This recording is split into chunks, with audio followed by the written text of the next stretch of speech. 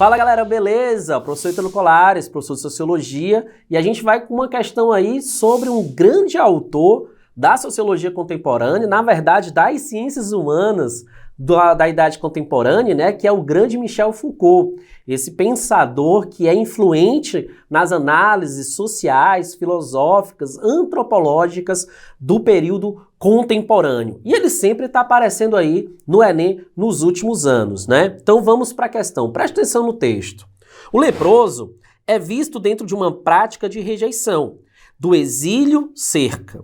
Deixa-se que se perca lá dentro como numa massa que não tem muita importância diferenciar. Os pestilentos são considerados num policiamento tático meticuloso. Presta atenção nessa parte do texto. Os pestilentos são considerados num policiamento tático meticuloso, onde as diferenciações individuais são os efeitos limitantes de um poder que se multiplica, se articula e se subdivide. O grande fechamento, por um lado, o bom treinamento, por outro. A lepra e sua divisão, a peste e seus recortes. Uma é marcada, a outra analisada e repartida. O exílio do leproso e a prisão da peste não trazem consigo o mesmo sonho político. Então nós estamos falando aí de um texto, né, de como as pessoas são tratadas por conta de uma doença, por conta de uma questão de saúde e como elas são vigiadas, né? Não é à toa que o nome da obra que está aí o texto é Vigiar e Punir, uma das principais obras do pensador Michel Foucault. E aí o enunciado diz o seguinte: os modelos autoritários descritos no texto apontam para um sistema de controle que se baseia em quê?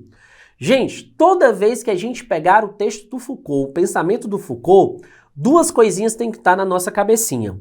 A ideia da microfísica do poder e a ideia de uma sociedade disciplinadora, né? Uma sociedade que institui órgãos, que institui funções disciplinadoras. Assim como é o presídio, a escola, o hospício, tudo isso são instituições disciplinar de poder.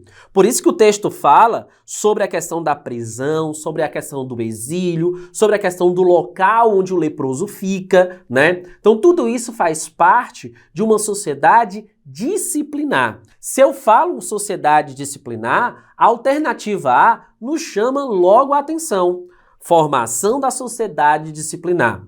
É isso mesmo. A alternativa A é a alternativa correta. Vamos verificar as outras para desencargo de consciência, né?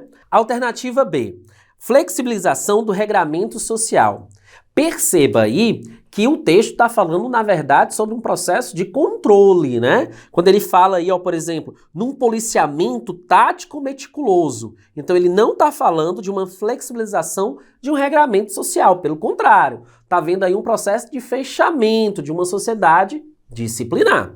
Alternativa C, banimento da autoridade repressora. Bem, se eu estou falando de um texto que tem exílio, prisão, policiamento, então não tem nada de banimento aí de uma questão opressora, tá? Pelo contrário, fortalecimento de uma sociedade opressora, né? E essa sociedade se torna opressora porque é uma sociedade disciplinar dentro da microfísica do poder. Alternativa D, condenação da degradação humana, tá?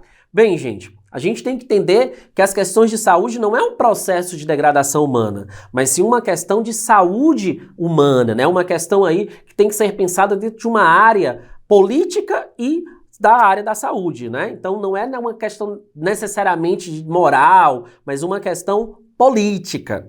A alternativa é hierarquização da burocracia estatal. Opa, poderia ser a alternativa correta, mas a gente tem que lembrar que essa sociedade disciplinar consiste aí nessa questão da burocracia estatal como microfísica do poder. Mas lembrando que a microfísica não está presa no Estado. Por isso que a alternativa E se torna equivocada.